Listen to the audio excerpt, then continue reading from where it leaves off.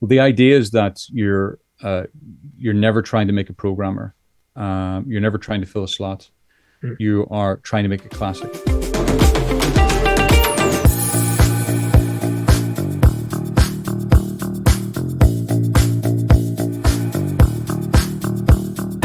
Welcome, Kinolimers. Oh, are we in for a treat today? Guess who we're going to talk to? Stephen Fingleton, the director of the upcoming film, The Waif, which was Kinolime's first script-to-screen competition winner, written by Adam Hampton. We have Stephen live coming to you from Northern Ireland. Stephen, what's up, my man? How you doing? I'm very good. How are you doing, John? I'm doing very well. Tell us an update about what's been going on in your world. Yeah, I was just shooting a section of a film I want to make. It's with an actress director friend of mine. She's about to make her second feature, and we had a window where we could go out there and shoot something, explore kind of the visual style we're going to tell it in. Find out what works in terms of colors, acting levels, and things like that.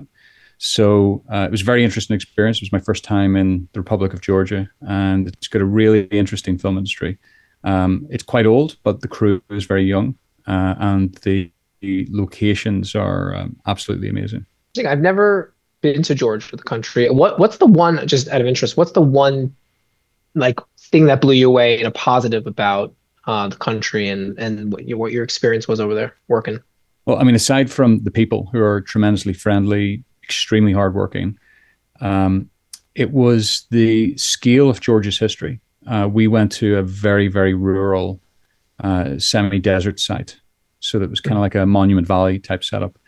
And when we arrived, there was archaeological pottery just lying in the ground that hadn't been taken away. And there was actually a massive kind of wine vessel, which is perhaps hundreds of years old, perfectly preserved, almost as tall as me, just lying in the ground, that had been dug up. It was like 6 feet under, and somebody dug it up and just left it there. And there's just no interest from archaeologists or tourists. And so to come across a region like this, which is completely unspoiled, yet full of history, like human habitated caves and things like this, was just fantastic. Super cool. So, Stephen, this is the first time the Kino Lime community is seeing, you talking about yourself and the Waif, which we'll get into. So maybe give us all a little bit of journey about how you got started. You have such a fascinating, I don't want to call it a break-in story, but just, what got you going? How did you get started? And, tell us a little bit about, your journey. So I don't have a family background in film. No one I knew growing up worked in film. It was just something I wanted to do from a teenager. And I saw a film in London called Memento. And that was one of Christopher Nolan's first films. It was his second film. And I thought it was fantastic. And I looked into what he was doing in terms of his career. And he went to University College London, and he did English and went to the Film Society, because English isn't a particularly hard degree if you know how to bluff it. And he would just make films for the 3 years he was there. And he actually made his first feature film using the 16mm cameras there. So that's what I did. I went to UCL, I did English, and I started making films with the Film Society. And so that was my kind of first practical experience in terms of making work, shooting in 16mm, the same camera he used actually to make Following. But was that his first film, Following, right? Yeah, Following was his first. He had made like a number of shorts and things. Interestingly, he couldn't get into the National Film School in the UK, which I find fascinating. I probably assisted him, because he developed kind of a guerrilla filmmaking aesthetic, which sure, even to like Batman Begins was influencing it. He actually shot that mainly around UCL. And so then, I got involved in the making of kind of a low budget feature film. I wasn't directing it. I was just kind of a writer on it. And I saw my work performed by professional actors. So it gave me a lot of confidence that, I think I can really do this. And after I graduated, I was working like regular office jobs, making short films and writing scripts. And so, my how I was tutoring myself was for the process of making films for small amounts of money, taking them on the festival circuit, seeing the feedback, getting better over time, because of my income, I could only make one once a year. Okay. So it was always tense, like the 2 or 3 days I shot something. Um, and eventually, actually, I wanted to challenge myself with screenwriting. So I did a screenwriting MA at the London College of Communication, Mhm. and that was quite useful. The initial period of the course was really useful because it taught just enough theory to kind of help get me over the line. And I also did a course with John Yorke at the BBC. I was an intern. So for a week, I got all the course materials and I learned a lot from British television, particularly popular television, in terms of techniques that I use to this day. So everyone would love to know, Stephen, because so it looks like you went to school, you got your theory down, you learned the tools of the trade. What's your big break-in story? How did you officially break into the industry? I wrote a script that people really liked in the industry. I'd written many scripts, but it was only at a certain stage of maturity was I able to write something that was good enough really to get made, but also to capture people's attention. And I had structured it very carefully so that it would. So there was, no dialogue for the first 17 pages. It had, a slightly perverse theme. It Hmm. was, a kind of an anti-science fiction film. It had a number of things to kind of surprise readers that interested me, because it was kind of a commentary on the post-apocalyptic genre. And this is the And Survivalist, correct? this is the Survivalist. Great. And so basically, that script was sent to a couple of agents, and they sent it to other people, and it began circling around Hollywood. And so I started getting lots of contact very, very quickly. And then at that point, I got represented, by two agencies, and I was getting offers, not typically to make the script, but to write over scripts, or could you look at this so that was kind of where I stopped being an outsider and became an insider and had access to production companies and financiers. And when you wrote it, I believe you put it on the blacklist, and it got ranked super high that year, right? So I didn't put it on the blacklist at the time. The blacklist was purely kind of industry side. Hmm. An email would go around to executives. Sure. What scripts do you like this year? So yeah, I think it got quite high. I think it was like number 15 or 16 or something that year. Okay. And there's a UK version of that, and so it Hmm. topped the Brit Okay. list in the Sure, UK. sure, sure. So it was among the most well regarded scripts of the year. I would Um, say. yeah, it's a fantastic read, great film. So after the Survivalist, is this the SLR phase? Because I have a big soft spot for SLR for many reasons. A, it's a fantastic short film, but B, you also filmed with Liam Mm. Cunningham, aka Yeah. Davos from Game of Thrones. So is that the transition from Survivalist to SLR? I had made what I considered my last short film, uh, Hmm. which I would never say again because I quite like making short films. Hmm. It was called Sharon, and it was a very, very, very specific kind of 12-minute kind of black and white suspense film. And I kind of didn't want to make another short film in case it wasn't as good. But the BFI were necessary for support to get the Survivalist made. And they suggested I apply to a scheme called BFI Shorts. They're Hmm. making several, I can't remember how many, maybe 10 or 15 kind of large budget shorts. So in the kind of 50 to $70,000 range. And I had a script which I couldn't get made, a short script called SLR, which had a really good premise. It was kind of like um, uh, a combination of blow up and blowout for the internet generation. Hmm. And so they financed that, and I cast Liam Cunningham, who was very fortunate to star in it. Yeah. And we made the film, and it did really well online. It got like hundreds of thousands of views very quickly because somebody on Reddit posted it, Hmm. and eventually it was longlisted for an Oscar, so it made the final 10. Yeah, no, it's a great, great short. And just real quick, for my own interest, how was it working with Liam? Just because he was insanely good on Game of Thrones, and he's insanely good in this. So, what was your experience like working with such a fantastic actor? He was actually shooting on Game of Thrones at the time, and we were Okay. shooting in Belfast, so he was in the hotel. And when you're shooting on a big show, you often have gaps between filming, not enough really to do like another feature or another TV role, but Mhm. often people will do shorts, and Liam still does shorts. Oh, wow. So we approached him, got him, and we worked together, and it was a very interesting experience. Partially because I was still quite inexperienced with actors, and Liam taught me a lot of lessons in terms of what not to do, but not in kind of like a paternal way, more in a, okay, you're, I'm not going to participate now because you haven't done this correctly. And that was really Mm. interesting. For example, I showed him all my storyboards. I said, look, I've got everything mapped out, and his enthusiasm just ebbed. And I've often thought, and I realized later what the issue was, is that I was basically saying to him, you're a marionette to kind of work within my Mm. frames, Yeah, as opposed to what are your ideas for how to approach the scene? sure, What do you sure. think about what to do? And I've also got like a very experimental style, very improvisational, which can annoy actors quite a bit. And so, with this, for example, there's a scene where shot the film down the barrel.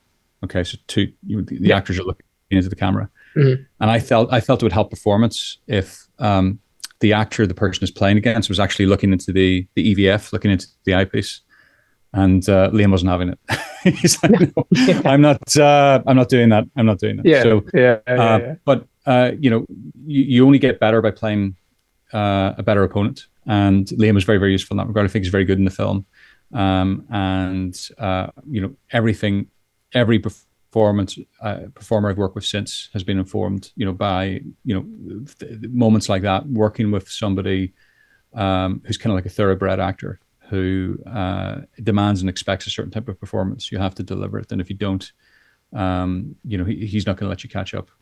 I love that. And it's such a great learning experience for you as a young director coming Yeah, up and hearing from the experience of someone like Liam. So that's yeah. invaluable. And now, several years later, here we are. Kinolime comes knocking on your door, right? And you're probably like, what is Kinolime? What is going on here? Can you tell us a little bit of your first impression of Kinolime when we first approached you, and also your first thoughts upon reading The Waif? So Kinolime, when I looked into it, had a really, really interesting model, which was it was a screenwriting competition. Now, screenwriting competitions can have a mixed reputation because you've got stuff like the Nichols Fellowship, which is highly respected and so on. But there's also people who see the competition as a profit center. And one of the kind of coolest things about Kinolime is it's free to enter. Okay, if somebody is offering to read your script for free, for any reason, Mhm. that is they're investing. They're investing in reading. They're investing in a search. So that was something that kind of really impressed me. It was a way of finding new material that the industry hadn't found. Okay, you were drawing people in on the promise that the winning script can get made. Okay, and that can be really, really powerful. My first film actually got noticed through a scheme like that. That was the Northern Ireland Screen New Talent Focus Scheme, which Mhm. is a local scheme for filmmakers in Northern Ireland that I think has made like over 10 features. Every year they'll make a feature. And they only get about 100 entries. Yet they make them, and whereas Kinoline obviously is far, far more than that. It's global in reach, and it really works because it focuses the mind. We're going to make something out of this, and it draws people in who don't just want to raise their profile. They actually want to see something on screen. So I think that's a great idea. In terms of the Waif, I was sent the screenplay by Mike, our producer friend, Yeah. and I read it. I thought it was very, very well done. I thought it was this very grounded take on horror, very character focused. It had really strong like second half when the kind of the build up paid off, and I thought, well, this is a movie. This is definitely a movie. I can see this. I can see this on screen, which doesn't happen a lot with scripts. They often have a lot of kind of issues Sure. where you think it's going to be difficult to surmount. But it was immediately clear it was a movie. And the question that I had about it is, do I have something to offer? Can I make this with a particular angle or a particular voice, or a way of expressing what I believe about the story and the characters in a way that's meaningful? And that was the kind of question that we worked through kind of together. And then in your initial Kino Lab interview you had with us, you mentioned about going for the rafters, which got me super excited. What can audiences expect from that approach? Well, the idea is that you're never trying to make a programmer. You're never trying to fill a slot. Mm. You are trying to make a classic. I've said this before. There was a producer I worked with once who I told, we need to make this film a classic. We need to try. And they said, no, you can't try that. You can't try that. That's ridiculous. It might happen, but that can't be an aspiration. And I completely Mm. agree. You need to create the position so that you can be lucky. Okay. You need to create as much space where you can make something, bold and new and surprising to an audience. And so that's what we're trying to do with this. It's amazing. We do. I hear that so much around the business. Everyone's just trying to play it safe. They're not trying to do something exceptional. They just want to do the thing, get the movie made, and et cetera. And I love that approach because we got to, we say take big swings. That's the big American say is let's take a swing. But I love going for the rafters, and I love your style, your approach, and like, I mean, it's going to be incredible. What you end up making and filming on the Wave. Um, what makes the Waif different from anything else you've worked on? It's a horror for a start. I've done horror adjacent films. My short Sharon is a horror. It turns into a horror in the last 25 seconds. Mm. And Survivalist was marketed as a horror. But Mm. the truth is they are actually suspense films. Suspense and Mm. horror and thriller are often interlinked, but not always. Jaws, for example, is fundamentally, is fundamentally a suspense film. Mm. So what I would say is this is very much, it's not quite a straight horror, but it's very much set in the horror sort of genre. Mm. So, when a guy goes to the cabin in the woods, there's certain genre expectations you have to Sure. answer. Everything has to be heightened. Sure. Everything has to have a certain tone. It has to have a certain tone from the beginning. And I haven't done something as embedded in the horror space as that. And the films I've often really liked have been adjacent to horror rather than full-blooded horror. And the horrors I like are the crossover hits. Like The Wicker Man, The Shining, for example, Mm. and things like this. So it's quite novel for me in terms of approaching that. But it is something I've wanted to do because horror films these days are usually the most interesting work that you can get into the cinema because the questions they're allowed to ask, the themes, the darkness of the story. Sure. For example, Hereditary, something we talk about a lot in terms of what it's done, and Ari Aster has largely abandoned the kind of horror genre, but the fact that he chose that as a vehicle for exploring the things he wanted to, shows he recognized how useful it is, and that's what I'm interested in the Waif. What it actually is it's a story about grief. It's a story about Yeah. someone who can't accept the death of their of their family, Yeah. which is a very dark concept. People wouldn't go to see that if it was a drama, but if it's a horror, Yeah. they will expose themselves to more emotional raw material because that's what they've signed up for. Sure. That's an interesting approach. And for all those who are watching, they're hearing The Waif for the first time. If you want to go read the screenplay, you can go to kinolime.com, make an account, go into our archives, download The Waif, read it, and you can see the amazing film that we're going to be producing and making soon with Stephen. Stephen, let's focus a little bit now to the industry because there's a lot going on where, every Mm. day there's always influx of news. What excites you or frustrates you the most about where the current state of the film industry is right now? It's in transition. So if you're an independent filmmaker, that's a problem because you typically financed your films by projecting revenues in the future and pulling them forward into production. Maybe that's pre-sales, maybe that's speculation on if you invest equity in the film, it makes 4 times its money, you'll make a profit. And that's very, very, very difficult when the rewards for film are shifting really fast. Like on my last film, for example, we had a number of kind of distributors we had sold to who market conditions kind of forced out. One of the distributors, we had to take a cut on what we'd agreed. The other element is the Trump tariff situation is creating a big block in terms of uncertainty as to whether people will invest. And uncertainty means there's kind of less money to go around. So that's one of the big negatives. We haven't yet got to another space where we know how to make things, unless the future is all streaming, which I would really hope it isn't. I mean, streaming's great, Yeah. but it's a very, very limited kind of art form. So that's on the kind of the negative side. On the positive side, I think the technological changes that are kind of coming through, in terms of reducing costs. I'm kind of interested a lot in AI and what it offers low budget filmmakers. Previously you've been restricted to very contained stories, threadbare sets, locations you can grab.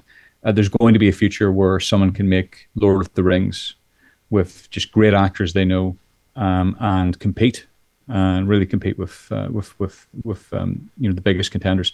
So that's kind of it's frightening for somebody like me who's not native to that technology, but it's also extremely exciting because we're going to see whole new forms of filmmaking, and I think the industry's been quite moribund, particularly because of streaming, in terms of the chances and so on that it's taken. So that's something I'm excited about. Since Kinolime is a story first company, Mhm. shifting to the screenwriting side, there was this James Gunn comment that came out last week, where he mentioned that, he's seeing more and more, he's getting sent to him unfinished screenplays, Mhm. which I find mind blowing as a studio head, is essentially getting screenplays to look at that are unfinished. What is what is Hollywood, the industry, filmmaking in general, what are they getting wrong about screenwriting? Television, or more specifically, the new forms of television on streaming, have had a pernicious effect because of the way they're created. You will often have, writing teams where the writers aren't given the space or the time to properly finish scripts, and you've got a showrunner whose job is basically to continually firefight these screenplays as they go into production. And that's not something that's been typical in Hollywood. In No. Hollywood, the screenwriters who are hired, they deliver. Yeah. Okay, they deliver quickly. You bring them in, you're going to get a good job. Whereas the kind of new generation is quite different. A good example actually would be the deal Amazon did with, I think, was it Phoebe Wallace-Bridger, Yeah. which I don't know the truth of that, and I don't believe the trades in terms of what they can say, but it was a massive, massive deal that hasn't resulted in any dramatic output. I think it's resulted in I think it's a Penguin documentary or something. But the challenge is that she had a very particular kind of great hit show writing this one specific thing, and she didn't have a huge a wide gamut of experience going through the Hollywood treadmill, working on rewrites of things that don't go anywhere. Working with an amazing director who can teach you 10 things that you couldn't learn anywhere else. That's an experience a lot of screenwriters don't have. One of the problems, if you are an outsider and you're not working with kind of professionals, or you don't have access to like really experienced actors to give you feedback, is getting better, and this I feel screenwriting culture has softened significantly, partially as a result of this kind of massive outputs on the franchises, the shift to television, the idea of the great 105-page screenplay, that you can set down and it's bulletproof and it's ready to go. You typically only get those from older writers now. What you get instead is younger writers who've got like a kind of like a good idea, a bit of panache, but it lacks finesse. And producers are like prospectors, sifting for gold and thinking, well, actually, once we get somebody else in, we can make this really good. And there's been a number of projects, I've been involved in, where part of my job as a director, the first thing I have to do is I have to say, well, look, it needs to be rewritten, or more accurate, it needs to be finished. It needs to be ready for an actor, But what's made the project galvanize is the concept, Sure. And that's what I would think I would say. We see that firsthand too with the Kinolime competition. With we've had 1,000 entries, and it's Mm-hmm. kind of like what you said, a lot of really good concepts, very few, or I would say finished or close to that. it takes it's hard. It's a muscle Right. that a lot of people don't know yet, but it's interesting how it's shaping out. And you mentioned about before about outsider. As someone who lives outside of the U.S., do you think that distance, living in Northern Ireland, gives you a different perspective or sharper perspective on Hollywood, really, or cinema in general? Well, I've lived plenty of different places, and I was living in Ukraine for a while. Hmm. But for me, the main yeah, it's good being outside of Hollywood, obviously, because it's a small town. A show everybody thinks is important there, even in New York, for example, can have no significance elsewhere. It doesn't really Hmm. land. What you're trying to do is write stories that find a universal audience, so that they'll resonate across cultures, Yeah. ideally, and that can be quite difficult when you're in a bubble. Okay, Yeah. so for me, when I was working in an office, looking at how people responded to media, what films they talked about, how they reacted to different shows, that was like a massive lesson, because you realize how small a part and how passively received a lot of culture is, and how much harder you have to work to Sure. earn their respect, earn their attention. Yeah. I think that's definitely something. I think, and the other thing about that is, it really doesn't matter what the industry thinks. It doesn't matter, what they think is important. What matters is the public. So that's why, for example, the disparity in Rotten Tomatoes between kind of critically lauded but frequently, in my opinion, soft films and audiences, I think is really really interesting. There shouldn't be that big of a Yeah. gap. And that's exactly why we created Kinolime, for that very reason, to give the audience kind of a bit more of a say in, like, hey, what do y'all want to see? There's so much great content out there. I shouldn't say content. There's so many great screenplays out there that just are not getting the light of day. Yeah. Giving the audience a bit of a shot, a chance, a say to get that made is really kind of what drives us here. Um, all right, we're at our hot take section, so I'm going to ask you four questions. You can rapid fire answers if you'd like, or you can, expound upon as well. First quick question: what piece of filmmaking advice do you think is total bullshit? We can fix it in post. Ha. Okay. So this is when you're on set and there's something not right, and you're pressured, and somebody says we can fix it in post. You frequently can't, and if you want to adjudicate whether that's the case, you need to know every department. Okay, Mhm. so there are occasions when I know it's possible, but there's others where it's not. So that's an easy one. Second one: dream actor you would currently love to work with living, and dream actor you currently would love to have worked with if they were alive. So living, I would say Anne Hathaway, who Oh, is okay. just a performer, who gets more and more interesting the older she gets. Hmm. I think she's absolutely fantastic. I think the way Nolan used her, not to sound like the Nolan mega fanboy that I am. Uh, I mean, you I did wish, follow in his footsteps. yeah. Well, for example, like her work in Interstellar, like Yeah, it's effectively a minor role in terms of it's sure. not the most major role, but the precision and the depth that she's able to reach Oh yeah. very quickly is amazing. I think she's awesome. And in terms of no longer with us, Bob Hoskins. Ah, yes, yes. Um, I just went on a big Bob Hoskins movie binge recently. I knew him from Roger Rabbit, obviously, but I saw his early work. Like The Long Good Friday is like superb. Um, yeah, and he's just incredible tour de force. Oh, it's an interesting he choice. I love that. yeah, he's a brilliant actor, and Zemeckis' casting of him in Roger Rabbit remains one of the most bizarre casting choices in Hollywood history, where you've got Sure. this kind of London, I think Cockney accented private detective in L.A. Yeah. Yeah, who hates cartoons, living in Toontown. It's just, but it's absolutely Toontown. Yeah. perfect because he's such a comic actor. He had a great stage career, and his range was phenomenal. So I'm kind of jealous that you're watching some of these films for the first time, because he's so Oh, so powerful and empathetic. and I'm Um, I'm bad with titles. What is the one where he falls in love with the woman he's driving around, the prostitute? I can't remember the name. that's Mona Lisa, Mona which is Lisa. a Oh, classic Neil Jordan film. it's Uh, so good. He's so raw in that, like yeah, for such a tough guy. Oh, it was an incredible film. Yeah, he's sensational. Another great film to watch, which you mightn't have caught yet, is the Alan McGowan. It's not really a thriller, but it's a mystery film called Felicity's Journey, No, I haven't seen that. No. which is just it just got a great cast. But he's utterly chilling in that. It's well worth your time. Okay. Genre you're afraid to explore, but are secretly really would love to direct.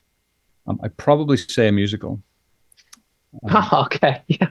All which right. Okay. I don't have a background in choreography, which is one of the things that inhibits you from approaching it. Okay. And there's a lot of musicals I don't like, but there's some musicals I love to death. Like the Umbrellas of Cherbourg or whatever. Oh, great film. Sure. And there's a scale and a visual style of storytelling that you can do with that and a heightened emotion that I think is super interesting. And I also think it would be cool to kind of approach that from a non-musical background, in the sense of, Hmm. I understand music, obviously, I play an instrument, but I don't, I'm not in that world. I'm not a Juilliard graduate or something like this. So not to do something like La La Land, which shows there's still a massive Hmm. audience, kind of for Sure. musicals, um, but something that uses something that's grounded is the wrong term, but something like Punch Drunk Love, which is to me a Sure. quasi musical. I would be really really interested in doing, although I would be very intimidated by the skill of what I was making.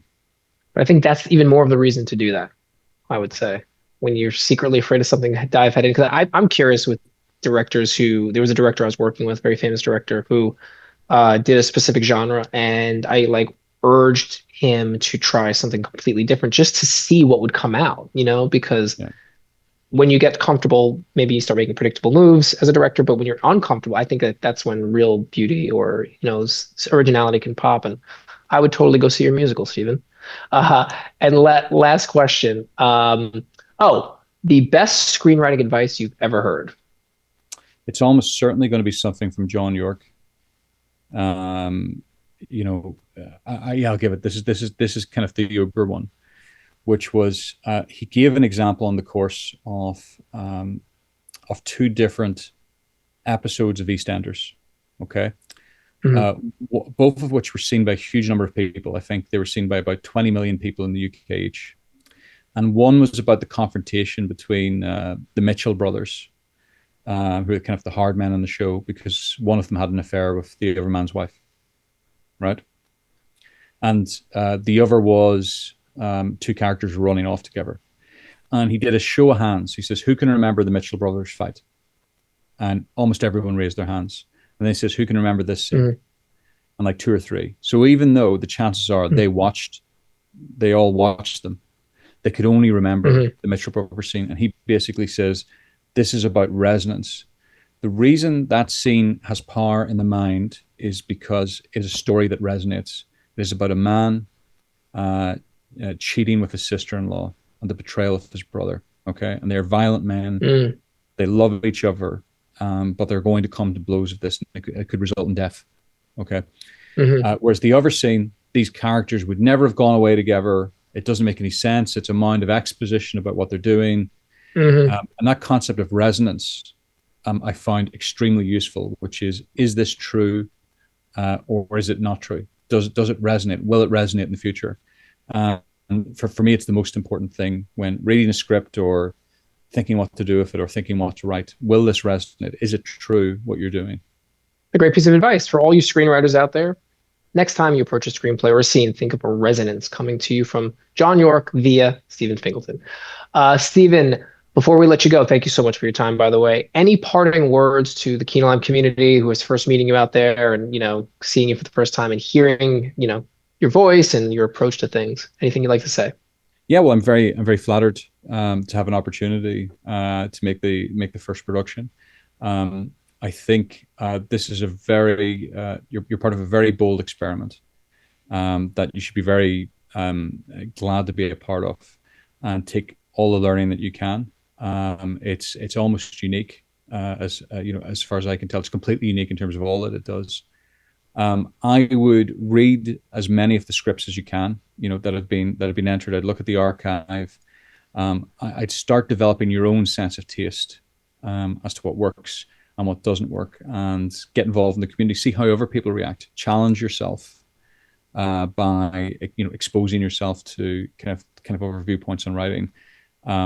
It's one of the great things about screenplays is you don't need to spend $20 million to find out if they work. Okay, you just need to open a new draft, and so in terms of getting your stuff to screen, getting feedback, getting better at feedback, looking at other people's feedback is the fastest way really to do it.